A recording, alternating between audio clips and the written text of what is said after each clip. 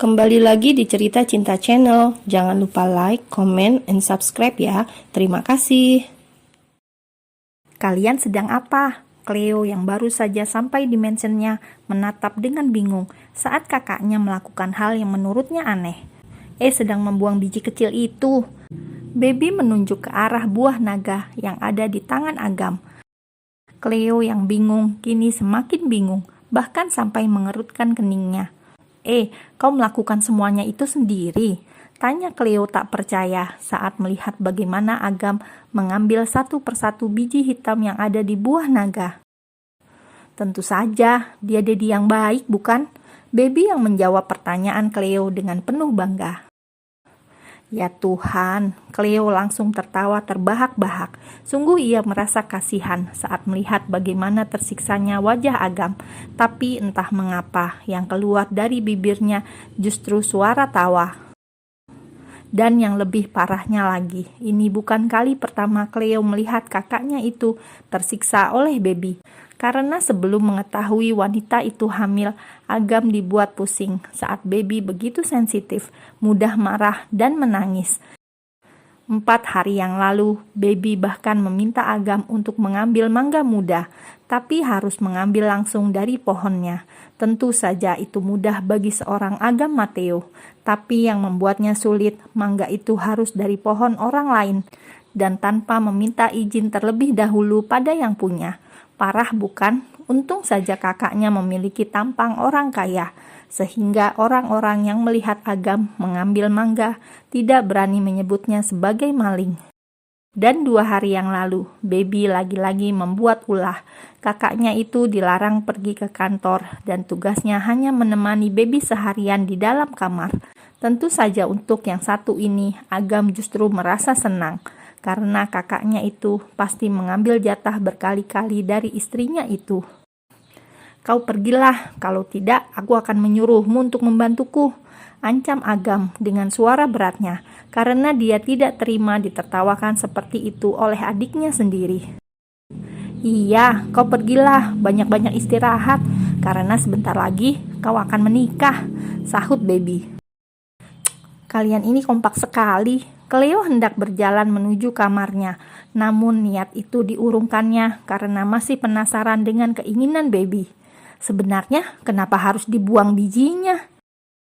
Karena buah itu mau ku bikin jus. Jadi aku meminta untuk membuang bijinya agar lebih sempurna dan tidak berampas. What? Pekik Agam dan Cleo bersamaan, dan di detik berikutnya Cleopatra tertawa terbahak-bahak. Sayang, kenapa kau tidak bilang dari tadi kalau buah ini mau dibikin jus? Tanya Agam tak percaya. Kau tidak bertanya, jawab Baby dengan santai. Tapi sayang, Agam yang kesal sampai tidak bisa berkata-kata lagi. Bagaimana bisa Baby menyuruhnya memisahkan biji dari daging buahnya, kalau daging itu sendiri akan dibuat jus? Tapi kenapa? Tanya Baby. Ya ampun Baby, kau itu bodoh atau lupa? Bukankah jika sudah di blender, biji itu akan hancur? Jadi untuk apa kau menyuruh kakakku yang tampan ini susah payah memisahkan biji dari buahnya? Bukankah sudah aku katakan, walaupun di blender, bijinya tidak akan hancur dengan sempurna? Iya, tapi kan bisa disaring ampasnya. Cleo merasa gemas sendiri dengan kakak iparnya itu. Iya ya, kenapa tidak kepikiran? Gumam Baby lalu meminta pada pelayan untuk membawakan blender ke ruang makan tersebut. Lalu bagaimana dengan ini? Agam menatap buah naga yang ada di tangannya dengan perasaan campur aduk antara kesal dan sedih. Sudah, jangan dilanjutkan. Oh my god, Agam menjatuhkan punggungnya di sandaran kursi makan. 1 jam lebih dirinya berkutat dengan buah naga itu dan berakhir dengan sia-sia. Sabar kakakku sayang, Cleo menepuk bahu Agam sembari tertawa terbahak-bahak, berjalan menuju kamarnya meninggalkan pasangan aneh itu. Beberapa hari kemudian, seluruh karyawan yang ada di perusahaan Dimitri Corp sudah tidak asing lagi dengan pemandangan yang sejak beberapa minggu terakhir ini mereka lihat, di mana sang pemilik perusahaan pulang lebih awal dari jam kantor karena istrinya yang sedang mengandung selalu meminta Tuan Agam untuk pulang. Dari desas-desus yang didengar oleh mereka, Nyonya Baby selalu meminta hal yang aneh-aneh dan tidak masuk akal. Bahkan beberapa hari yang lalu, Tuan Agam sampai rela mendatangkan aktor Korea terkenal yang diidolakan oleh Nyonya Baby hanya untuk memenuhi keinginan istrinya itu yang ingin bertemu dengan aktor Korea tersebut. Tapi setelah aktor Korea itu pulang, pasangan suami istri tersebut justru bertengkar hebat karena Tuan Agam baru mengetahui alasan sebenarnya Nyonya Baby ingin bertemu aktor Korea itu karena ingin anak mereka nanti mempunyai wajah seperti aktor yang mereka undang. Dan tentu saja Tuan Agam marah dan tidak terima karena bagi pria itu anak yang ada di kandungan istrinya harus mirip dengannya. Dan sekarang entah apa lagi yang diinginkan oleh Nyonya Baby, sampai tuannya berjalan dengan tergesa-gesa keluar dari kantor, bahkan sampai meninggalkan rapat yang tengah dipimpinnya dan digantikan oleh Jonathan. "Di mana istriku?" tanya Agam pada pelayannya setelah masuk ke dalam mansion. "Nyonya sudah pergi, Tuan. Beliau mengatakan agar Tuan menyusul," jawab pelayan itu dengan kepala yang menunduk. "Sial, kenapa dia tidak menungguku?" umpat Agam setelah mengetahui istrinya sudah berangkat lebih dulu ke mansion Graham. Ya, hari ini ada acara keluarga di mansion Graham dan ia lupa itu. Kalau saja Baby tidak menghubunginya, mungkin sampai detik ini Agam masih berada di ruang rapat. Dan sekarang istrinya sudah pergi tanpa memberikan pesan atau menghubunginya lebih dulu.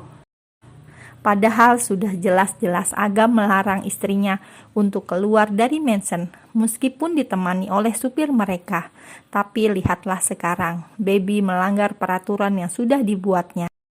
Dan sekarang Agam harus bergerak cepat keluar dari mansionnya menuju mobil untuk pergi ke mansion Graham, di mana istrinya itu berada di sana untuk menghadiri acara ulang tahun Jupiter.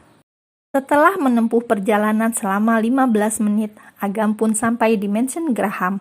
Dia segera masuk ke dalam ruangan yang sudah dipenuhi oleh kerabat mereka dan tentunya teman-teman Jupiter. Tidak ketinggalan di dalam sana, juga ada para sepupunya yang tengah berkumpul di taman belakang. "Kenapa baru datang?" tanya Boy sembari menepuk pundak sepupunya. Agam yang ditanya tidak memperdulikan Boy sama sekali. Matanya justru fokus pada sekitarnya untuk mencari keberadaan istrinya. "Di mana Baby?" tanya Agam saat tidak menemukan wanitanya. "Baby tadi bersama Jupiter masuk ke dalam mansion," Tita yang menjawab, karena tadi melihat adik iparnya bersama dengan adik Mars Graham. "Tapi aku baru dari dalam dan tidak melihatnya." Kini Agam merasa cemas dan buru-buru mengambil ponsel untuk menghubungi istrinya. "Tidak diangkat," gumam Agam. "Itu dia." Boy menunjuk ke arah adiknya yang berjalan bersama Jupiter. Agam yang hendak menghubungi kembali ponsel Baby segera menengok ke belakang dan berlari menuju istrinya itu. "Kenapa tidak menungguku?" bisik Agam. "Karena kau lama," jawab Baby dengan ketus. Agam menghela nafasnya sembari mengusap perut Baby yang masih rata. Dia mengusapnya dengan lembut karena sempat khawatir pada keduanya. Dan semua yang dilakukan Agam itu disaksikan oleh seluruh keluarga besar mereka.